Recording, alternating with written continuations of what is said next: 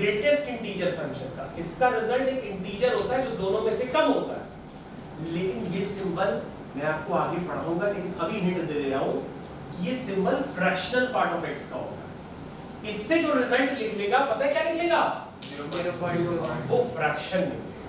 क्या निकलेगा? फ्रैक्शन। तो डिफरेंशिएट कैसे करेंगे कि सेट लिखा हुआ है कि ये फ्रैक्शनल फंक्शन? वो क्वेश्चन में लिखा रहता है, कोई भी क्वेश्चन होगा उसमें हाईलाइटेड रहता है कि ये ब्रैकेट डिनोट कर रहा है ग्रेटेस्ट इंटीजर फंक्शन को, ये ब्रैकेट डिनोट कर रहा है फ्रैक्शनल पार्ट ऑफ x।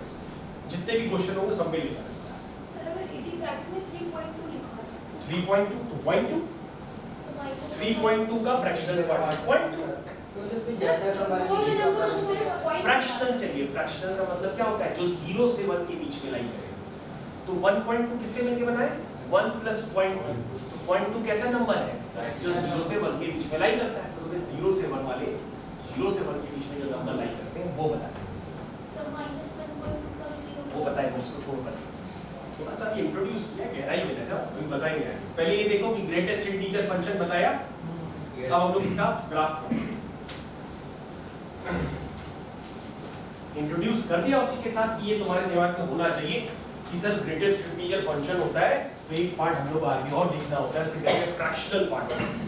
और फ्रैक्शनल पार्ट ऑफ x कुछ नहीं होता, उसका रिजल्ट एक फ्रैक्शन होता है जो 0 से 1 के बीच में लाई करता है, बस और कुछ नहीं होता। बाकी मैं बताऊंगा, ठीक है? इसको रफ करें। ओके, इसकी टाटा बाय बाय करते हैं।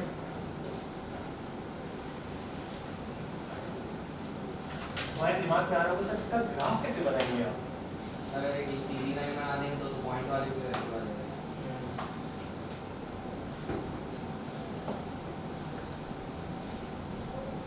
इसमें सर क्या नंबर लाइन पे डॉट्स रखते हैं। सर आप अगर लाइन बनाएंगे तो उसमें सारे रीजन आ जाएंगे, डेसिमल वाले भी। चलिए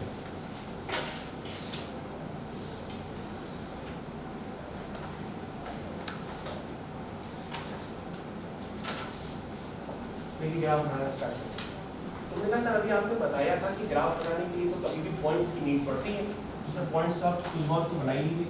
1 2 3 4 5 6 -1 -2 -3 -4 -5 -6 1 2 3 4 5 6 -1 -2 -3 -4 अभी आपको मैं काफी देर तक बताया था, मैंने कहा था अगर इसके अंदर का नंबर 0 से 1 के बीच में लाई करता है, मैंने क्या कहा था? अगर अंदर का नंबर 0 से 1 के बीच में लाई करता है तो उसका इंटीग्रल पार्ट क्या होगा? 0। तो अब सर चेक करके दिखाइए। हमने कहा चेक क्या करें? अंदर 0 डाल दो तो उसका 0 तो इंटीग्रल पार्ट तो 0 ही हो गया। 0.5 डालो 0 हो गया। 1 के क्लोज ब्रैकेट ना लगाना, क्योंकि 1 पे क्लोज ब्रैकेट लगा दिया तो फिर इंटीग्रल पार्ट 0 नहीं हो पाएगा। मैं आपसे क्या कह रहा हूं? कोई नंबर अगर x, अब ग्राफ बना देना तो कैसे बोलेंगे? x के लिए तो बोलेंगे ना, तो आप कहेंगे अगर x 0 से 1 के बीच में लाई करता है, इंटीग्रल पार्ट ऑफ x देख रहे हैं, तो वो ऐसा थोड़ी नहीं कि मैंने डिफाइन कर रखा है 0 से 6, ऐसा तो 0 से इंफिनिटी तक चले जाएंगे। इंटीग्रल पार्ट ऑफ x तो डिस्क्रीट पॉइंट्स पे आपने देखा ना एक एक करके, तो आप ऐसे ही तो बोलेंगे कि पहले 0 से 1 के बीच में अगर x लाई करता है तो उसका इंटीग्रल पार्ट 0 होगा। 1 से 2 के बीच में लाई करता है x तो उसका इंटीग्रल पार्ट 1 होगा। बस उसी को यहाँ पे बोलना स्टार्ट करो धीरे धीरे। x अगर 1 से 2 के बीच में लाई करता है तो उसका इंटीग्रल पार्ट 1 होगा। कई बच्चे मेरा दिमाग खा जाते हैं आगे से, वो कहते हैं सर आप ये इक्वालिटी क्यों लगाते हैं? अरे मैं क्यों लगा रहा हूँ? तुम लगा के खुद ही चेक कर लो ना। x 1 डालो तो y 1 नहीं आएगा भाई, 1 का इंटीग्रल पार्ट तो 1 ही हुआ ना। और 1 के आगे डालो 1.5 तो भी 1, 2 तो आपने डाला ही नहीं। अगर मैं 2 डाल देता यहाँ पे गलती से अगर लग गई तो मामला गड़बड़ हो जाएगा, तब तो फिर उसके अंदर 2 इंटीजर आ जाएंगे, तो हम लाइन बना ही नहीं पाएंगे। ठीक है ना? फिर से देखो, पीछे चलो। x अगर लाइन करता है -1 से 0, -1,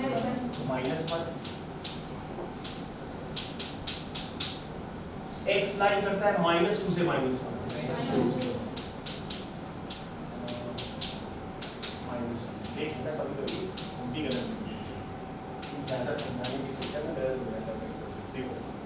यहाँ तक तो सही है। चलो स्टार्ट करो। y इक्वल टू 0 लाइन बनाओ। अब ऐसे हवा में ड्रॉ कर देना y equal to 0। y equal to 0 उतनी बनानी है जब x क्या नहीं करता है 0 से 1 के बीच। तो कहोगे सर ये y इक्वल टू, लेकिन सर ये बताइए 0 तो इंक्लूड है लेकिन ये 1 गड़बड़ कर रहा है, 1 एक्सक्लूड करना पड़ेगा। तो सर ये एरो लगा दीजिए, 1 को एक्सक्लूड किया है मैंने। Okay sir y is equal to 1 बनाएंगे। सर ये y इज इक्वल टू 1 ये पूरी लाइन, लेकिन पूरी नहीं 1 से 2 के बीच में। सर 1 पे तो इंक्लूड है लेकिन 2 पे एक्सक्लूड करिएगा। ओके सर हम समझ गए। हमको लगता है किसी ने पढ़ाया था, इसको स्टेप फंक्शन कहते हैं। क्या बनती हैं सीढ़ियां, ऐसा होता है ना वीडियो गेम में। वही स्टेप फंक्शन है ये। स्टेप फंक्शन ये देखो इधर ऑफर से देखा x लाई करता है -1 से 0 के बीच में, y आ रहा -1। ये देखो ये है y इक्वल टू -1, लेकिन कब बनाना है जब x लाई करता है -1 से 0 पे एक्सक्लूड करना है। बस यही ग्राफ है इसका। ये डिसकंटीन्यूअस ग्राफ होता है, ये ब्रेक होता चला जाता है। और ध्यान से देखो ये जब भी कोई इंटीजर आएगा उस पर ब्रेक हो जाएगा। देखो 3 पे ब्रेक हो गया, 4 पे ब्रेक हो गया, 5 पे ब्रेक हो गया। क्लास 12 पे पहुंचोगे ना तो हम आपसे पूछेंगे कि इंटीग्रल पार्ट ऑफ x कहाँ डिसकंटीन्यूअस होता है। तो बताना इंटीजर्स डिसकंटीन्यूअस मतलब ब्रेक हो जाता है। sin x का ग्राफ ब्रेक नहीं होता, वो कंटीन्यूअस होता है। पीरियोडिक ग्राफ होता है। पॉलिनोमियल्स ब्रेक नहीं होती, वो भी कंटीन्यूअस होती सर सिग्नम एक्स भी लेकिन ब्रेक होता है, वो 1 पे और है, डिसकंटीन्यूअस है। हम यही चाह रहे थे कि आप आगे कुछ बोलिए और आपने बोल दिया। सिग्नम x भी डिसकंटीन्यूअस है, ठीक है। तो ये सब आपके कोर्स में कंटीन्यूअस डिसकंटीन्यूअस तो आपने साथ में देखा। ये डिसकंटीन्यूअस होता है, ये स्टेप फंक्शन होता है। इसको हम लोग स्टेप फंक्शन के नाम से भी जानते हैं। स्टेप फंक्शन मतलब सीढ़ी नुमा। हालांकि मैंने समझा तो बहुत दिया है, जबकि अगर आपको लग रहा है कि कुछ पॉइंट तुमको और लिखने हैं तो तुम लिख लो, मेरा इंतजार ना करो। मैंने समझा तो बहुत दिया।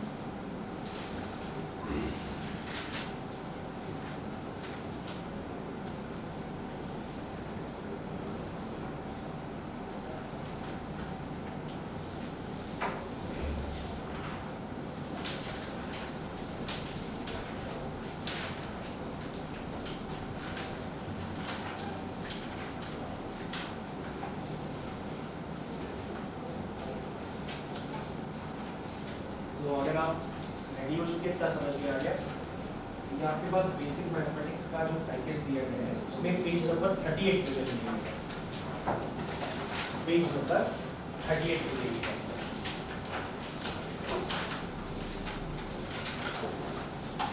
अगर आपको सेट थ्योरी में चलो अच्छा सेट करिए पेज नंबर 38 पे बात होगा। 38 पे जा करके लिखा है एक्सरसाइज 15 और उसमें फर्स्ट क्वेश्चन लिखा है पहला। बहुत आराम से करो स्मूथली, देखो क्या लिखा है। क्वेश्चन पढ़ना पहले। कौन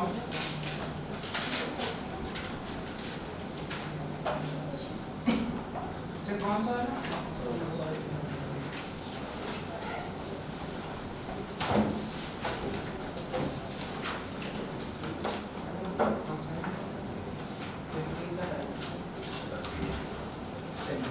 एक्सरसाइज 15 है, question number 1।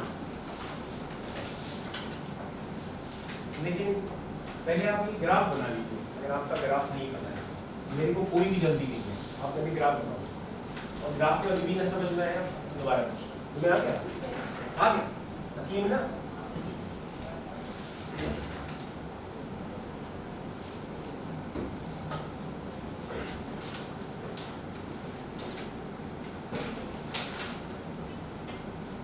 Sir first question करना स्टार्ट करें स्टार्ट। देखो क्या लिखा है। इनको तो मस्ती से पढ़नी चाहिए, ऐसी चीट ऐसी यार हमारे टाइम में हमको नहीं मिली थी, इतनी बार बताया था। चलिए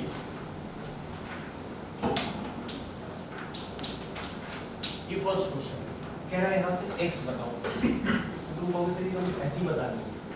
कह रहा है किसी नंबर का बोलना सीखो, कुछ नहीं समझ में आया अभी तक तो बोलना सीखो। कह रहा है किसी नंबर का इंटीग्रल पार्ट 3 है। अगर किसी नंबर का भाई इंटीग्रल पार्ट 3 है तो मैं उसकी बात समझता हूँ। किसी नंबर का अगर इंटीग्रल पार्ट 3 है तो भैया 3 से 4 के बीच में होगा, यानी x कहाँ नहीं करेगा, 3 से 4 के बीच, यही होगा आंसर आ गया। भाई x 3 से 4 के बीच में होगा तभी उसका इंटीग्रल पार्ट ये, ठीक है। बस उसको थोड़ा सा सही ढंग से लिखो, पीछे ऐसे लिखा रहेगा x बिलोंग टू 3 से 4, 3 पे क्लोज ब्रैकेट है क्योंकि वो इंक्लूडेड है और 4 पे ओपन ब्रैकेट है क्योंकि वो एक्सक्लूडेड है। कितना आसान, तुम कहोगे सर हम समझ गए, आप क्या खेल कर रहे हैं? आप ये खेल कर रहे हैं कि अगर किसी का भी इंटीग्रल पार्ट i या मान लो n है तो x कहां से लाई करेगा, n से n प्लस 1 ओपन ब्रैकेट है ना। देखो ये n से n प्लस 1 3 प्लस 1 4 हो गया। लेकिन ये ना समझो कितने स्टैंडर्ड समझोगे, स्टैंडर्ड समझते समझते भी दिमाग खराब हो, तुम अपना नॉर्मल मेथड समझो कि नॉर्मल सी ये चीज है, ठीक है ना। Yes sir. ओके तो तुमने कहा ठीक है सर समझ गए। अब हमने कहा अगर समझ गए तो फिर एक काम करो, क्वेश्चन नंबर 5 करो और सब लोग आंसर एक साथ निकालो। तो सर 5 आपने जल्दी दे दिया, सेकंड थर्ड भी तो हम लोगों को करने देते। अगर आपको सेकंड थर्ड करने की इच्छा है तो कर लीजिए, लेकिन जिनको लग रहा है सेकंड थर्ड हो जाएगा तो 5 पे आ जाओ सीधा। पीछे से आंसर मैच कर दो ना तुरंत करो।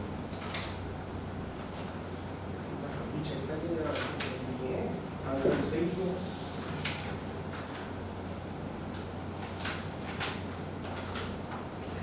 सेकंड थर्ड फोर्थ भी कर लो और फिर फिफ्थ पे आओ, कोई जल्दी नहीं।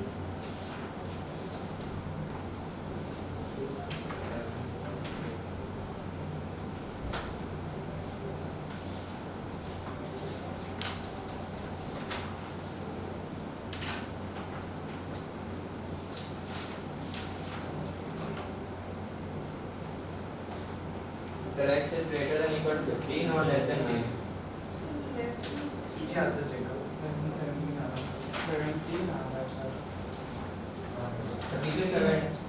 7 हमें ऐसा लगता है पीछे सारे आंसर सही हैं, एक बार आप अपना चेक करो।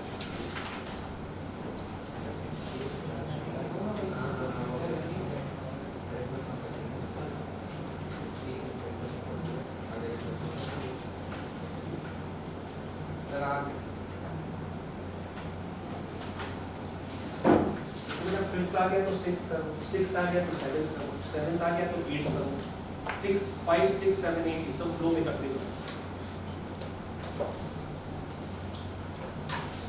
मतलब 1 2 3 4 5 6 7 8 एकदम फ्लो में करो बिना रुके। जब डिस्कस करो